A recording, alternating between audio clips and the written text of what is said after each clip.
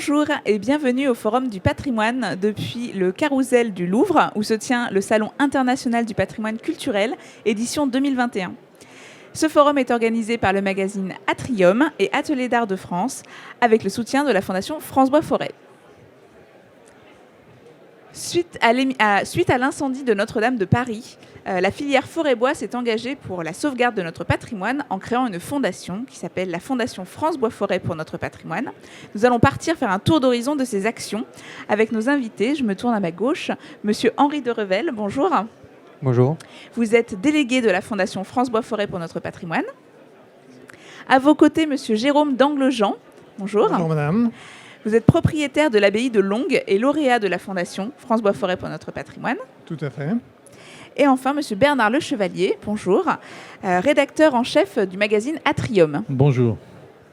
Alors tout d'abord, pour commencer, peut-être qu'on peut faire un petit tour sur l'histoire de cette fondation. Comment est-elle née et pourquoi s'est-elle engagée pour notre patrimoine ? Alors, si vous le permettez, avant de vous parler de la fondation, je vais revenir un petit peu en arrière, en 2004, et vous parler de France Bois Forêt un instant, parce que tout part de là.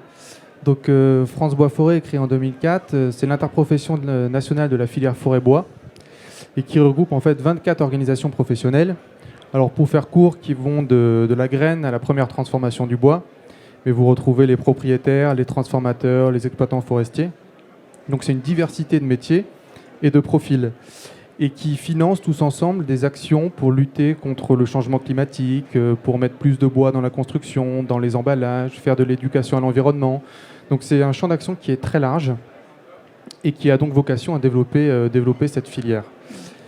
Et donc beaucoup d'actions, beaucoup d'axes, mais on voit qu'il manquait une chose. C'était une fondation et le lien peut-être un petit peu plus précis avec le patrimoine. Et en fait, en 2019, avril 2019, comme tout le monde, on a été très choqués par l'incendie de Notre-Dame de Paris. Et peut-être à double titre, d'abord en tant que citoyen, de voir quand même ce patrimoine, un des plus beaux patrimoines de France et du monde, comme ça, en flammes. Et aussi parce que les forestiers, les gens qui travaillent le bois, voyaient du bois en flammes. Et en fait, dès le lendemain, ou très rapidement après, on a entendu un certain nombre de messages assez négatifs sur la capacité qu'aurait la filière française et en fait la France à fournir le bois nécessaire à une reconstruction de cet édifice si jamais il devait se refaire en bois, et aussi possiblement des manques de savoir-faire. Donc on a été assez peinés finalement par ça, et on a décidé de se mobiliser. Donc d'abord, on a proposé dans un premier temps d'offrir les bois et les sciages qui permettraient de reconstruire la charpente et la flèche. Et en fait, dans un second temps, on savait que le patrimoine en France, c'est pas que Notre-Dame de Paris. C'est aussi tout le patrimoine vernaculaire qu'on retrouve un peu partout sur le territoire et qui parfois a besoin de soutien. Alors ça peut être un soutien financier, mais c'est aussi parfois un soutien en termes de lisibilité ou tout simplement une nécessité de mettre en relation des porteurs de projets avec des professionnels, des entreprises, des artisans. Et c'est pour ça qu'en novembre 2019, on a créé cette fondation, France Bois Forêt pour notre patrimoine, qui est sous l'égide de la Fondation de France, et qui a donc vocation à aider du patrimoine bâti public ou des monuments historiques privés qui sont accessibles au public. D'accord. Très bien, merci, c'est bien plus clair.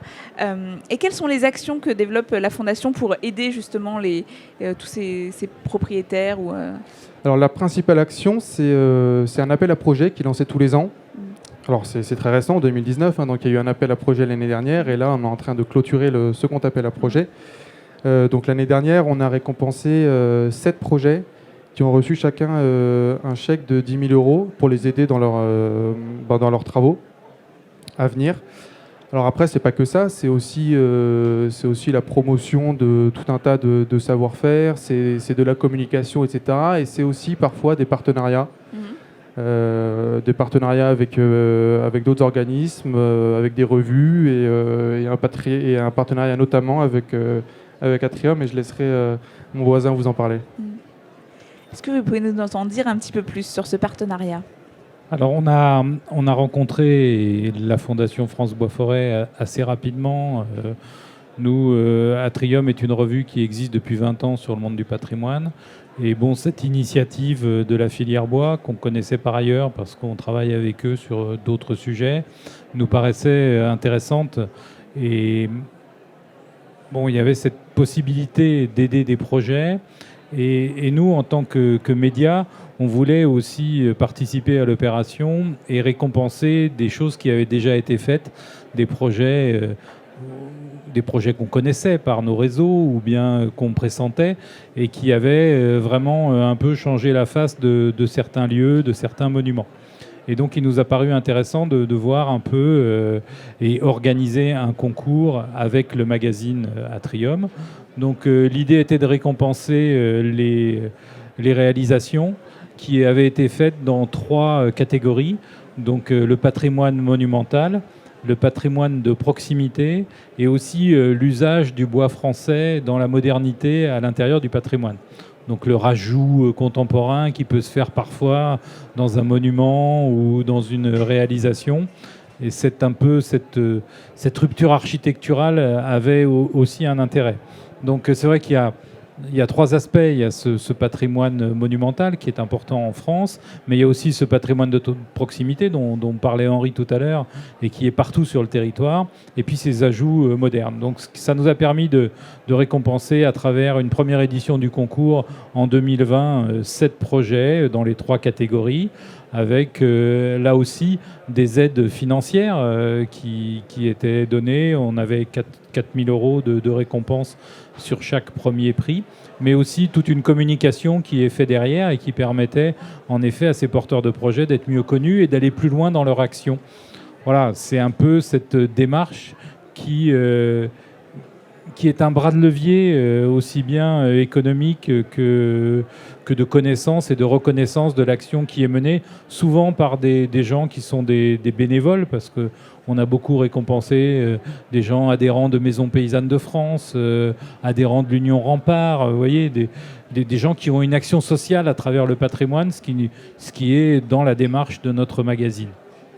Oui, je comprends complètement.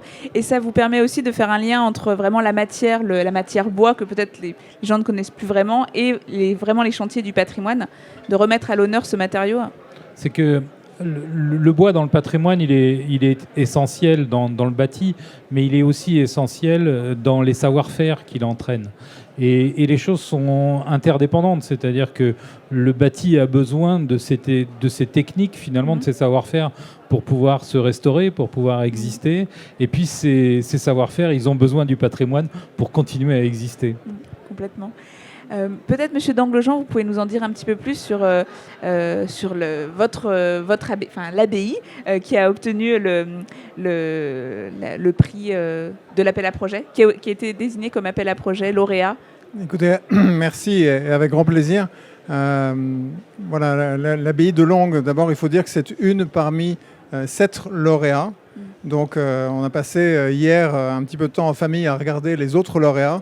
Et si vous voulez passer un bon moment, donc je vous invite vivement à aller regarder ce qui a été fait par le monde associatif, par le monde privé et par le monde public, parce qu'il y a 7 projets qui sont merveilleux, 14 candidats, 7 sélectionnés. Je ne sais pas combien vous en aurez cette année de candidats, combien vous en avez eu, parce que c'est clos, je crois. 19. 19, bon, 19. Donc ça veut dire que la notoriété augmente, et il faut vraiment faire savoir que des monuments comme ça peuvent vraiment être aidés et avoir une grande visibilité par la Fondation France Bois Forêt et ce concours. Alors l'abbaye de Longues, donc, c'est une abbaye qui est contemporaine de Notre-Dame de Paris, qui a été fondée en 1168. C'est une abbaye bénédictine et qui est un peu un exemple exceptionnel de la vie religieuse au Moyen-Âge dans le Bessin. Le Bessin, c'est la région du Bayeux. Et on vous invite tous à venir la visiter, d'autant plus que d'ici le mois de juillet 2022, les travaux qui ont été prévus dans le cadre de la mission Berne, qui a sélectionné l'abbaye en 2019 comme le monument emblématique de la Normandie, devrait être achevé en juillet 2022. Et l'abbaye, donc, c'est une maison de famille depuis 1964 que nous avons repris avec ma femme, avec nos enfants. Et donc, on essaye à 3 générations en simultané de la faire vivre, avec un problème un peu très terre à terre, qui est un problème de financement. Donc, on a ouvert un gîte pour financer les coûts fixes. Et puis, pour la restauration, donc, dès qu'on voit un concours passer, dès qu'on l'apprend, d'où l'importance de vraiment faire de la pub, et on est ravis si on peut aider et contribuer à ce que ce concours soit connu, dès qu'on voit un concours, on candidate. Donc monsieur de Revel, dont je fais la connaissance aujourd'hui, parce que ça fait 2 ans qu'on est sevré de Salon du patrimoine, doit se dire mais il est vraiment casse-pied parce qu'il est revenu souvent à la charge pour dire mais où en est le projet, est-ce que vous avez pris une décision, etc. Vous allez peut-être vous retrouver dans ce que je dis d'ailleurs. Et on a eu la chance effectivement d'apprendre que l'abbaye avait gagné ce prix qui va nous aider à financer pour partie la charpente qui est en train d'être posée, qui est une charpente en Douglas, si on veut rentrer dans la technique. Donc voilà quelques mots pour introduire l'abbaye de Longues, qui est au nord de Bayeux, sur les plages du débarquement. Très bien, je vous remercie. Pour la nouvelle édition, donc vous disiez 19 projets. Quel est le calendrier ? Donc on a clôturé au 30 octobre l'appel à projet. Et en fait, alors maintenant, on est en train d'analyser avec les membres du jury l'ensemble des 19 dossiers. Et il y aura le comité exécutif qui se réunit le 15 décembre et qui ensuite désignera les lauréats. Et donc dans la foulée, ceux-ci seront contactés. On leur annoncera s'ils sont retenus. Évidemment, on contactera ceux qui ne l'ont pas été. On ne peut pas récompenser tout le monde parce qu'il y a beaucoup de projets avec une diversité en plus de sujets. Que ce soit maritime, artisanal, artistique, enfin voilà, énormément de sujets. Et donc voilà, 15 décembre, on décidera quels sont les lauréats. Et donc là, on est en train de tout regarder. Alors on regarde les critères principaux qu'on avait fixés. Évidemment, le bois français, la provenance du bois, que ce soit des forêts qui sont gérées durablement, évidemment. On regarde aussi comment le projet peut contribuer à la transmission des savoir-faire. Quelle est la place du projet dans la vie de la cité, comment les gens du village, de la ville ou des gens alentours peuvent y participer, peuvent y avoir accès. Donc voilà, c'est tous ces sujets qui sont très importants parce qu'après il y a une valeur subjective. Là, pendant qu'on vous parle, on voyait la vidéo de l'abbaye de Longues qui est magnifique. Et après, il y a des critères un petit peu plus objectifs qu'on essaye de fixer et qui nous permettent un petit peu d'orienter nos choix. Oui, effectivement, le choix ne doit pas être facile.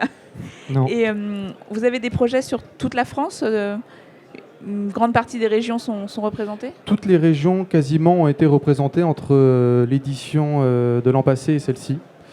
Donc voilà, toutes les régions, tous les styles de patrimoine. Ensuite, parfois privés, parfois ce sont des associations, parfois ce sont des communes directement.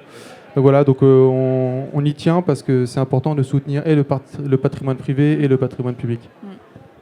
Peut-être que je peux rajouter quelque chose en matière d'écho, si vous voulez, de notoriété. C'est que non seulement les lauréats ont la chance de gagner un prix, mais également il y a un film qui est proposé, qui est une occasion de communiquer. Donc on parlait de notoriété, du fait qu'il y ait 19 candidats cette année pour 7 places. J'imagine vous gardez le même nombre de places. Donc ça c'est très important parce que ça permet de communiquer à la fois sur le bâtiment, mais ça permet de communiquer sur la filière et l'importance du bois. Donc c'est vraiment un très bon outil qui est offert en plus de la prime, ou du prix de 10 000 €. En tout cas, dans les dossiers qu'on a eus alors, du côté concours et donc des réalisations déjà faites, moi j'ai particulièrement remarqué quand même la précision, la connaissance des poseurs de dossiers, des candidats. C'était tout à fait remarquable, aussi bien sur l'histoire des monuments dont ils s'occupaient, la passion et surtout l'utilisation de ce patrimoine pour l'animation économique, sociale, territoriale. Et c'est là qu'on se rend compte qu'il est essentiel de restaurer le patrimoine, de le faire dans des conditions de qualité satisfaisantes, et que tout ça fait partie de notre cadre de vie. Et tous ces gens qui vont faire ça, qui s'investissent, qui investissent leur temps, il faut les aider parce que c'est vital, quoi. Et tout ce qu'on peut faire, je trouve fantastique que la filière bois soit mobilisée finalement pour le monde du patrimoine et d'avoir pris conscience de ce patrimoine qui était peut-être devant nos yeux sans qu'on s'en rende compte vraiment.